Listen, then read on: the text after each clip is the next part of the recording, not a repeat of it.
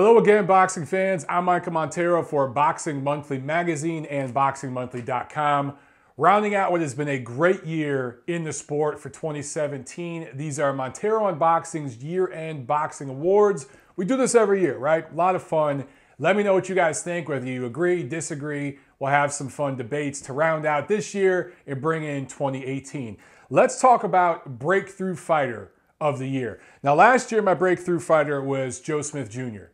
He had that big win over Andres Fanfara, one of the KO of the year candidates last year, and then he got Bernard Hopkins out of the ring, figuratively and literally, and ended his career. And that set him up for big things in 2017, but really, he kind of had a letdown. He didn't do much this year, right? His management didn't take care of him. Well, let's talk about 2017, my Breakthrough Fighter of the year. A few candidates. I want to start with Rey Vargas, the Mexican fighter who was 3-0 this year, traveled to the UK to win the WBC junior featherweight title. Then he defends it in Los Angeles and New York City on HBO. So think about that. He fights in the two hottest markets in boxing right now, Los Angeles and the UK. He fights on HBO twice in the two biggest American markets, Los Angeles and New York. Wins a title this year. Sets himself up for big things in 2018. I think that he's going to get a high-profile fight next year. Mexican fans knew about Vargas. He had a good amateur career, but most of his professional fights have been down there. The global scene, the international scene, didn't know about him as much. Now, the American fight fans, the UK fight fans know about this guy, and as I mentioned before, he's on to bigger things in 2018. So a breakthrough year for him. Jeff Horn. Obviously, Jeff Horn with that massive breakthrough performance against Manny Pacquiao. A lot of people felt he lost that fight, myself included, but he gets the win. Goes on from there. And look, that was the first ESPN with Top Rank boxing fight, right? Top Rank and ESPN, that deal they put together. That fight did huge ratings in the United States. Then Jeff Horn fights Corcoran. That was a voluntary defense. It came on live here in Los Angeles. I want to say like 3 in the morning our time. But ESPN liked Jeff Horn, and they're buying in so much, or Top Rank really is, for a possible fight with Terrence Crawford next year, that they bought that fight. It was cheap, international rights for that fight were cheap. But they not only aired it live, they put it on again, tape delay in prime time. I want to say it was like 9:30 p.m. So Jeff Horn got on ESPN twice this year. And now he's set up in 2018 they're talking about a possible fight with Anthony Mundine. He would drop the title, move up to 154 pounds, and just do a money fight against Mundine there in Australia, a domestic level type of matchup. Or Terrence Crawford, who's dumped his 140-pound titles, moved up to welterweight, and is the mandatory for Jeff Horn's WBO welterweight title. There's that fight too.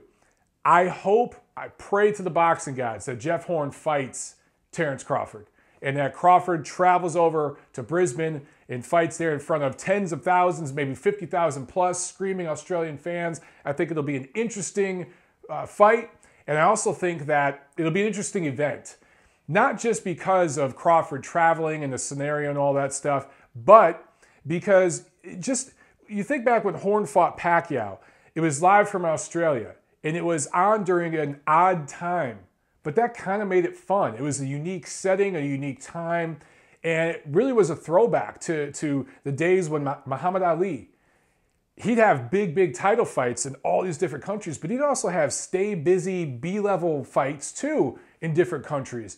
And they'd be aired here in the United States at different times, on different days. It kind of made it fun. It was kind of a throwback. So I think Jeff Horn obviously set up for big things in 2018. Big breakthrough from relative obscurity. Do I think he's an elite level fighter or anything like that? No.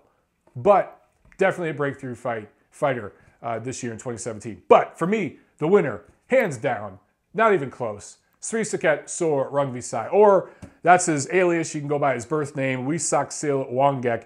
2 big wins over Roman Chocolatito Gonzalez, the guy that I rated pound for pound #1 last year. Many of you did. Many of us in the media did.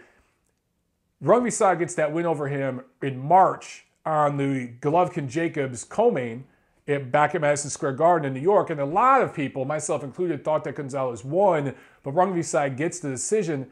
then comes back on the Superfly card, and the headliner on the Superfly card here in Los Angeles on HBO, scores a concussive, destructive knockout, one of the biggest knockouts of the year, and really essentially ends Chocolatito's career and sets himself up for another big fight. Superfly 2, February 2018.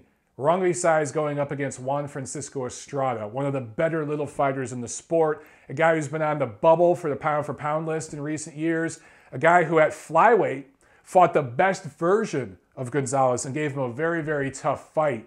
And that really put him on the map here with the fans in Southern California who know about him. So Rungvisai is set up for big, big things against Estrada early next year. Should he win that fight, sky's the limit in that loaded division.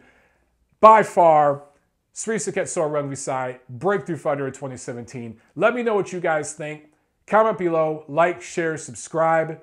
Have a happy, safe, fun holidays, New Year's.